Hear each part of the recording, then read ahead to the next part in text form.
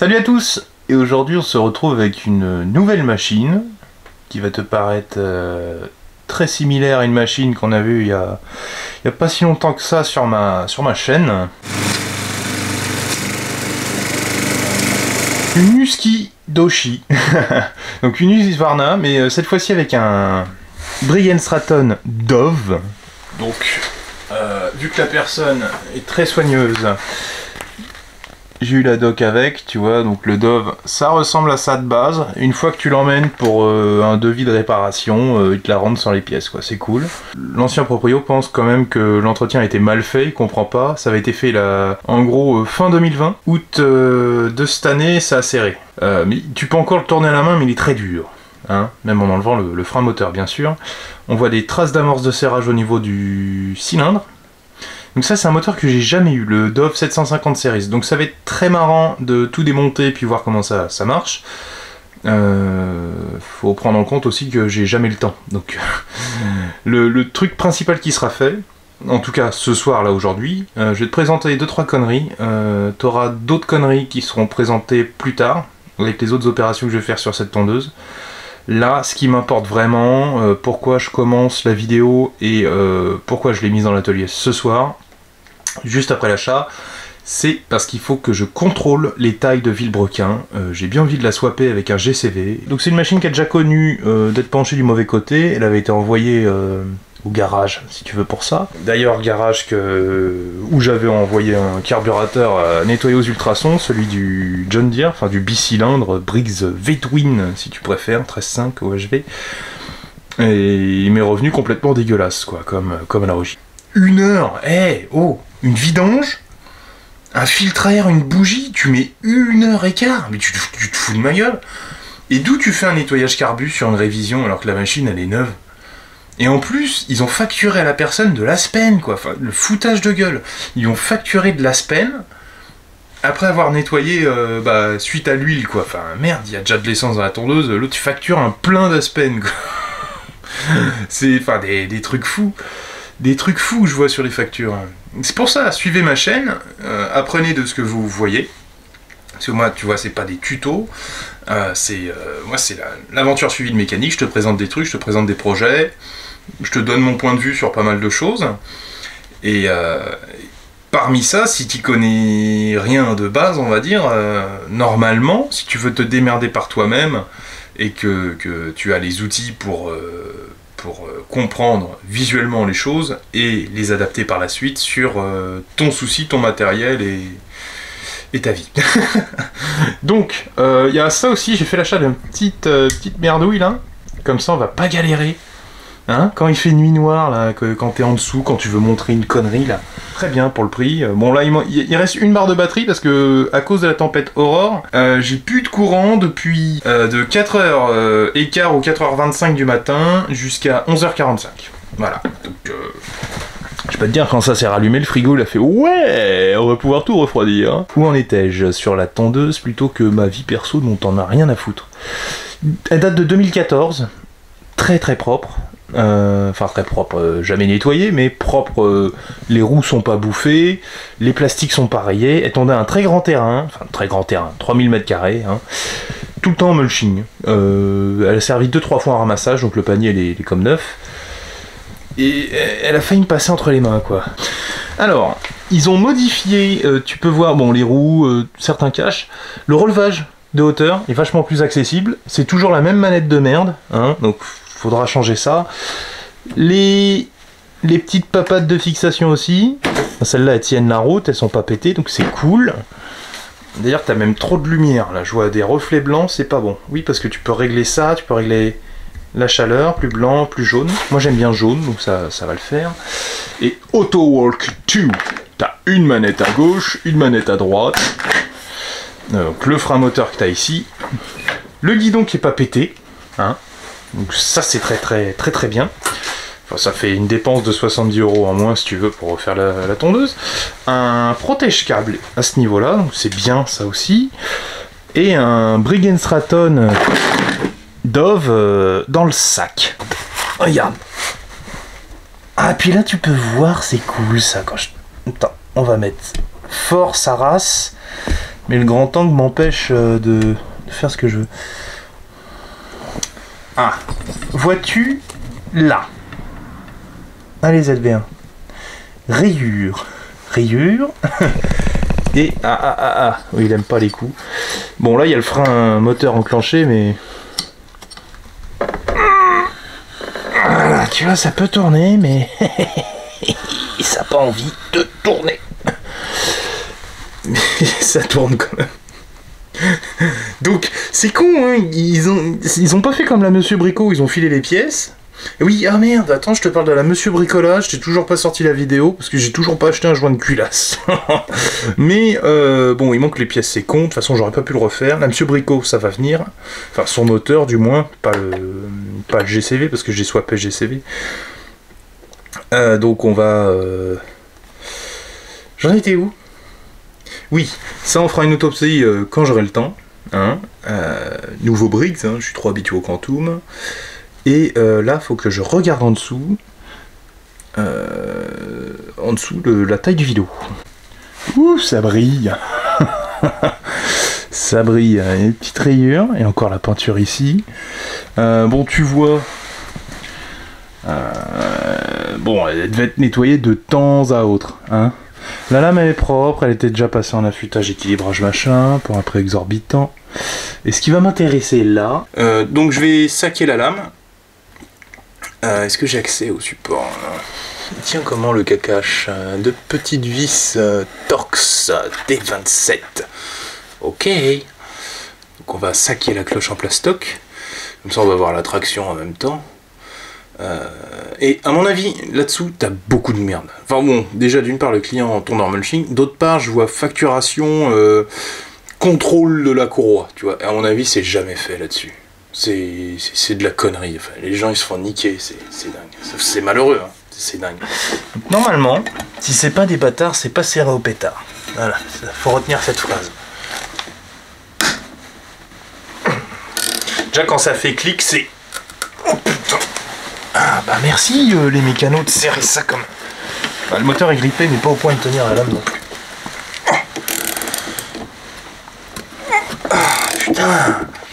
Mais il voulait pas que papy puisse...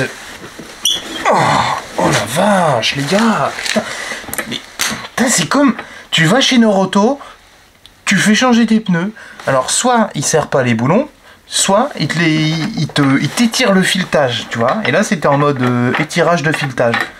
C'est une tondeuse entretenue, hein, donc normalement, je devrais trouver de la graisse ou de la graisse... Enfin, de la graisse au niveau du filetage pour pas que ça grippe dans le temps, tu vois. Je devrais trouver de la graisse autour du support de lame.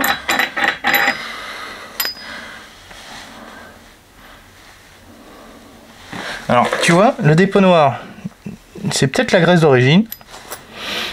Maybe. La vis c'est pas bouffé, mais putain, elle était bien serrée. Hein. Voilà. La lame est propre. Hein. Ça, y a pas à dire. Il y a quand même un... Alors, c'est très bizarre qu'elle soit plus usée ici qu'au bout. Hein. Donc, je sais pas ce qu'a foutu l'affûteur à ce niveau-là. Je pense pas que ça s'use comme ça, d'ailleurs. Hein. Et regarde, quand ils l'ont affûté, ils se sont arrêtés là. Moi, je reprends toujours ici, surtout sur une mulcheuse. Hein. L'angle d'affûtage n'est pas respecté. Mais qu'est-ce qu'ils foutent? Sérieux, les... Bon, elle est émoussée, tu vois, elle a tourné depuis, mais... L'angle n'est pas respecté. Regarde. Enfin, je sais pas si tu vois. Là, je suis contre caméra. Ah, il était un grand angle. Enfin, bref, je vais t'expliquer. Là, il y a un trait au milieu. C'est-à-dire que l'autre, enfin le premier passage déjà était trop bas par rapport au passage d'origine, hein, je veux dire à la meuleuse, et le deuxième passage est encore plus bas. Bon, quand tu tombes en mulching, tu peux avoir un angle moins brut que ça, tu vois. C'est quand tu ramasses, c'est mieux d'avoir plus d'angle, on va dire, et un peu moins d'angle quand tu. Mais là, c'est de la boucherie. Voilà. Petite vis sortie, et ça normalement ça pop. Très souvent contrôlé hein, la courroie. Très souvent contrôlé. Bon. Boulon de 13, boulon de 13, boulon de 13. Ok. Courroie. Ok. De toute façon ça s'use toujours. Hein, à cause du patinage, du truc. Viens-tu comme ça? Oui. Oui. 2,55 ça. Toi, je dis toujours la bonne taille, mais je sais d'avance en le voyant. Ça, c'est un 2,5, 2,5, enfin 25 mm comme ça, et là, 5 cm. Pied à coulisses, contrôlage, tu vas voir que je suis dans le bon.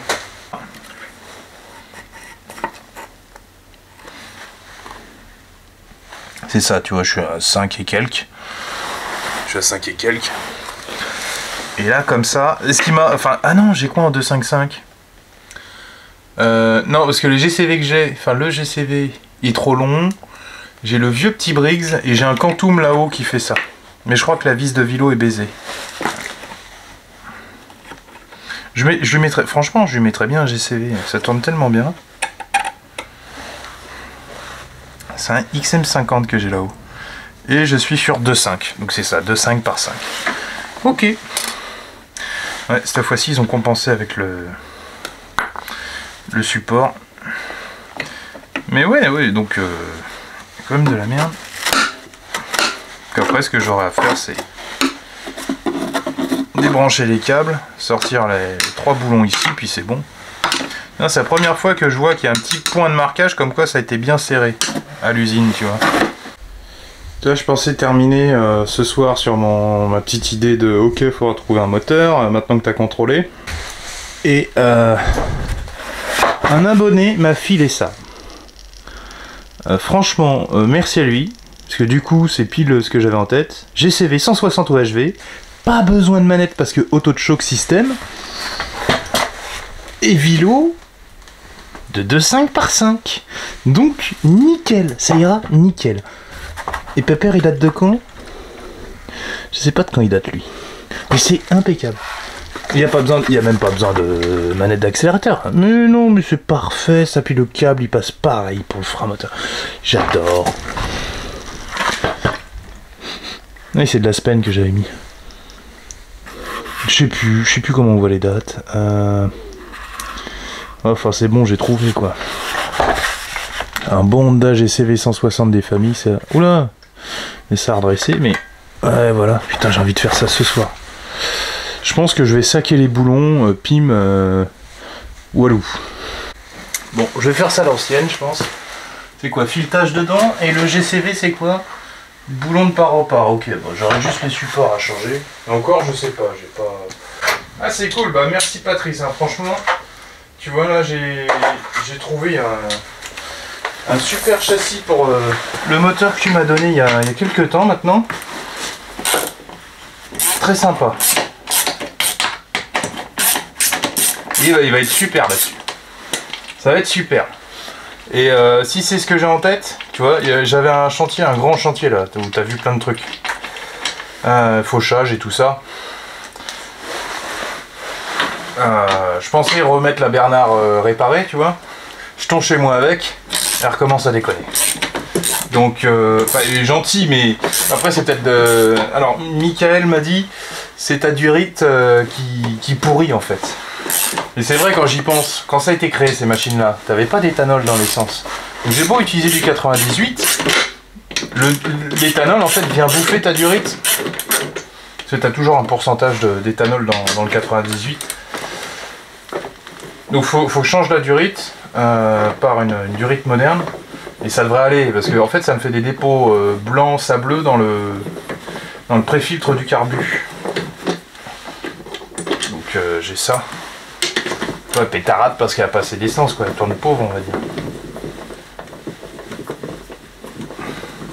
Donc j'ai ça à voir pour la Bernard. Et du coup, le grand terrain en question, putain, si je peux la faire avec celle-là, ça serait super. Enfin, c'est pas si je peux, je vais tout faire pour le faire. Voilà, Briggs à la con, tu dégages. Euskidoshi, à peine arrivé. Déjà swappé. Et bim! La beauté. Magnifique, parfait. Donc il y a de l'huile, donc je vais pas faire le con, je vais devoir la bouger de l'autre côté. Et me refaire un setup caméra du coup. Par contre, à mettre les vis, ça va être pas marrant du tout sans le pétard. C'est pour ça que je pense acheter un petit pétard sur batterie là, mais pas un truc chinois, un Stanley. J'ai déjà les batteries pour la visseuse. Elle est déjà à fond la tondeuse. Puis moi qui fais ça en Jordan, c'est normal. Je vais être le seul gars qui utilise vraiment des Jordans. Les deux ils sont là, les Jordans, monsieur. J'ai rien à manger, mais... C'est des pompes, hein, elles font office de pompe. Enfin, peut-être pas de chaussures d'atelier quand même, mais... Mais vas-y, hein. Tu sais, quand je suis lancé, moi. Hein. J'ai déjà l'amorcé à la main, tu vois. Au maxi. Je vais prendre ça. Hop. Alors, à l'aveugle, mais... Sur le premier, ça peut être plus chiant, je pense. Normalement, c'est des vis qui se... auto-foirantes, tu vois. Auto-foirante, il faut les passer au pétard, quoi. Ça, c'est chiant. Alors, je sais, c'est insupportable. Excuse-moi, mais je voulais te montrer un truc.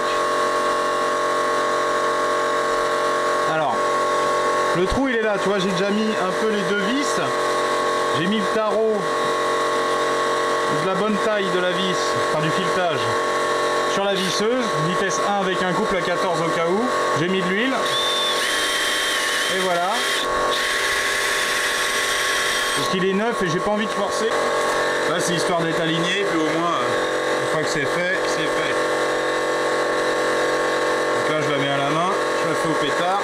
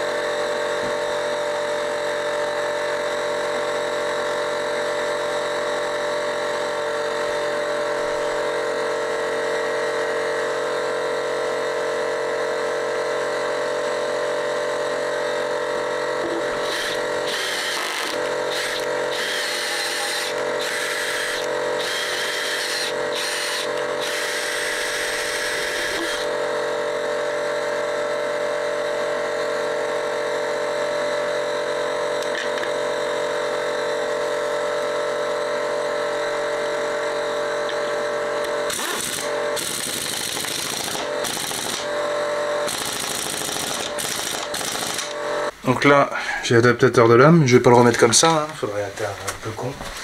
J'aime bien la graisse cuivrée parce que c'est bien cher comme truc et j'en mets partout.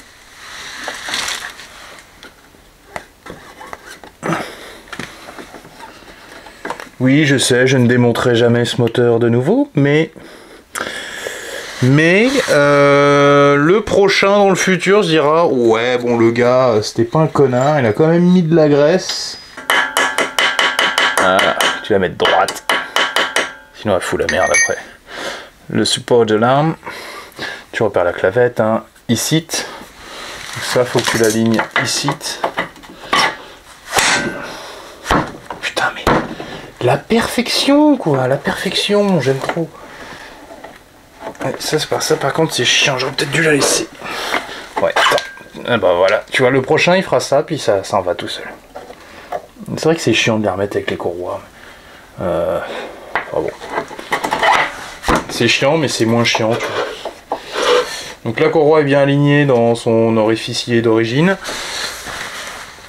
Il me faut le grand cache que je vais taper dehors.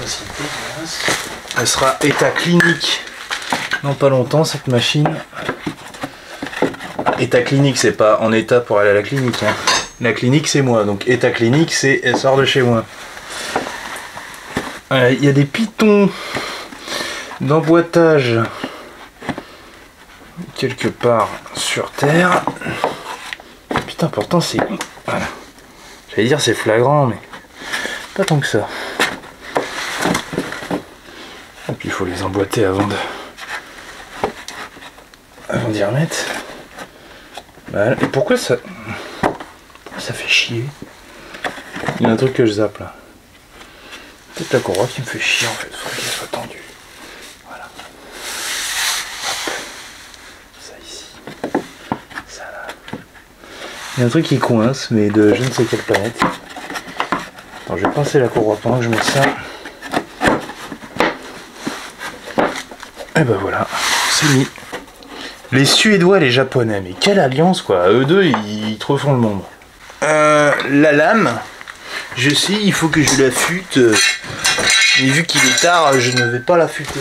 Après, si tu veux faire chier le monde, mets du frein filet.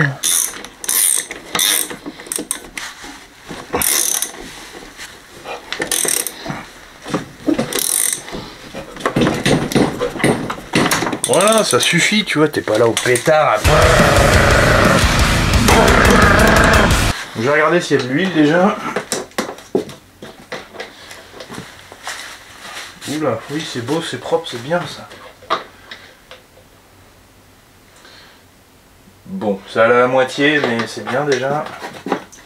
Alors qu'est-ce qu'on a là-dedans? De mémoire, c'est de la spène, alors j'avais dû mettre un petit fond.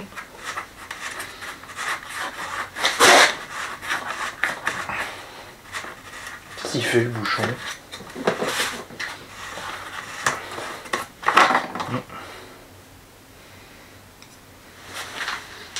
Ouais, ça devrait démarrer avec ça. Hein.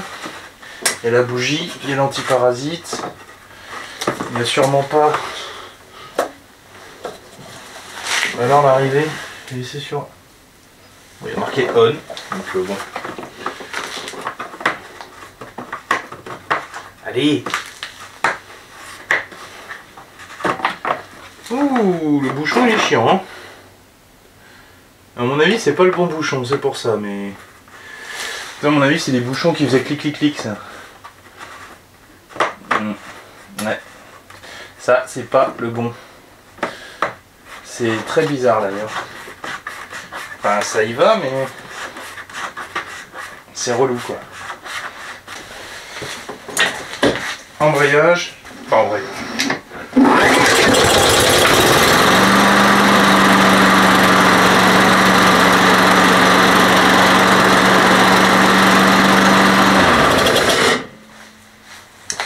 Là, je viens de réaliser un swap en temps record. Tu vois la fiabilité du Honda qui traîne ici depuis 1 an et quelques. J'ai pas l'heure, mais je la verrai en rentrant et j'aurai une idée approximative du temps du swap. Mais à part un bon nettoyage, vérification des roulements, graissage des pignons, nettoyage de fou de la tondeuse, un filtre à air, un complément d'huile, un vrai plein d'essence, un gros test. Un affûtage de lame aussi. Ouais, voilà. C'est super cool. Super. Là, je crois que j'ai battu tous mes propres records, quoi. Voilà. GCV des familles, ça tombe, ça tracte. C'est comme neuf. Et ça lui va comme un gant, ce moteur. Comme un gant. Regarde. Plastique, c'est quasiment les mêmes. Ça fait d'origine, c'est cool. Et elle a un bien meilleur moteur que ce qu'elle avait. Dans 2 jours en plus, je vais pouvoir tondre avec quoi. C'est magnifique. Je vais essayer de vous embarquer avec moi s'il n'y a pas la flotte. Je prendrai les 2 caméras, comme ça s'il pleut, je vais prendre la vieille, puis si elle crève, elle crève. Puis voilà. C'est fou. Bon, à très bientôt pour une tente.